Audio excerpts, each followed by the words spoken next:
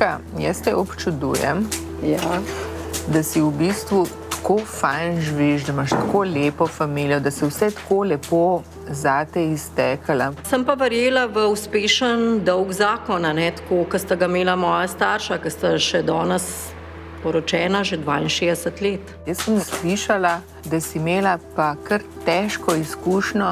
Jaz sem se najprej zavedala, da nekaj v odnosu ni v redu, ko sem dosegla svoja 30 leta. Ko sem bila stara 30, se mi je nekako en premik v glavi naredil. Prvič v življenju sem se počutila tako nekako odraslo in zavedanja same sebe. Ti še ne veš tega vsega, a nama lahko majčken podeliš? Začela sem malo mogoče se postavljati zase. Da si pa jaz pa lahko tudi dovolim, da reči stop ali pa ne. In seveda je to začelo še bolj krhati odnosa.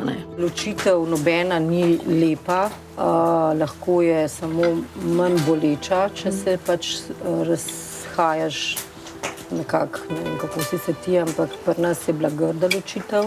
Ločila sem se zaradi nasilja. Seveda to v odnosu potem je nekaj novega, ko se ti upreš, To se je potem stopnjevalo, ta kepa velika se je kar valila, in na koncu je seveda privedla tudi do nasilja. In mislim, da še zmer ženske danes, kakor jaz spremljam, kakor slišam od prijateljic, še vedno se ne upajo reči dovolje, ne upajo reči, da se jim to dogaja. Takšne stvari se mi zdijo pomembne v življenju, da se govori o tem čim več, ker veliko ljudi ne govori o takšnih stvari in se mi to ful zdi pomembno. Zadnjič je bil en članek, mislim, da glih prejšnji teden, da je, ne vem, bilo letos nekaj čez 300 primerov nasilja nad ženskami. Meni se to zdi ogromen. Ko se soočaš z nasiljem, mogoče pomisliš, mogoče sem pa res jaz nekaj narobe naredila. To se ne zgodi čez noč, to so leta, ki ti samozavest načenja in te samozavest sprav ne do nule, v -10 let. Občutek, ko se nekdo spravi nate, je zelo ponižujoč in se sprašuješ, zakaj se je to zgodilo in kar napake iščeš na sebi.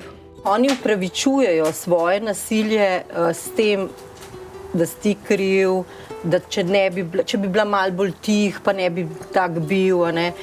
To je čisto značilno za osebe, ki izvajajo nasilje. Ampak ni vzroka, ni nič, da nekdo izvede nasilje nad komorkoli. Ali je to otrok, ali je to ženska, ali je to moški, ki se tudi to dogaja, ampak 95% je še vedno moških, ki izvajajo nasilje nad ženskami. Klofute se najprej začnejo. Potem se pa to z leti samo še stopnjuje in privede do zelo grdega nasilja, tudi do pretresa možganov in šivane glave. Jaz bi rada, da bi ženske bile bolj korajžne in poklicale številke, poklicale varno hišo in začele postopek, da se ji to ustavi, ker nikoli ne bo boljše. Ljudje, ki izvajajo nasilje, samo stopnjujejo na to nasilje, nikoli ga ne prenehajo.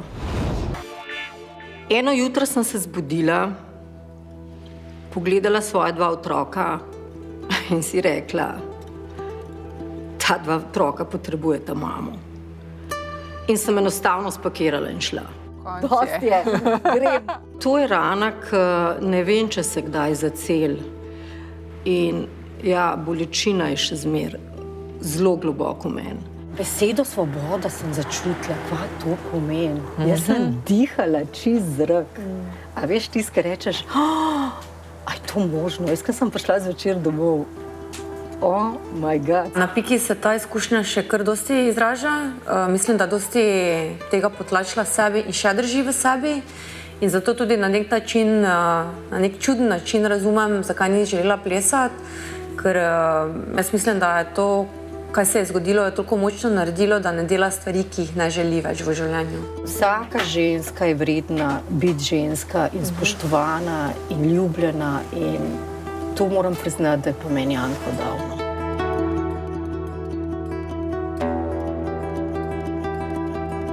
Jaz sem ob njem res začutila, kaj pomeni biti ženska. Piki, ne. In tudi tako vem, kaj pomeni, kad te ima moški rad, lej, res. Večinoma niso vedeli ljudje, kaj se dogaja, zato ker sem to dobro skrila, ne? Ker jaz pač kadar še danes, če nisem glih najboljše volje, jaz se enostavno zaprem v hišo in pridem pol ven, ker sem spet nasmejana. Da preživiš otroka, moš prijeti, sem šla v trgovino delati. Pa bom rekla, da momentem je bilo tudi malo sram. Ni mi bilo tako prijetno. Ampak si videla, da moraš. Ampak sem mogla, sem mogla.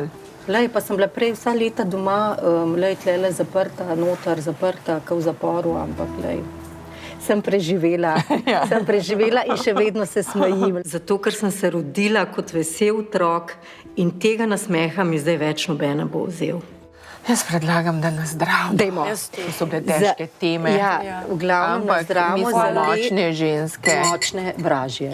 In hvala, da si nam zaupala to.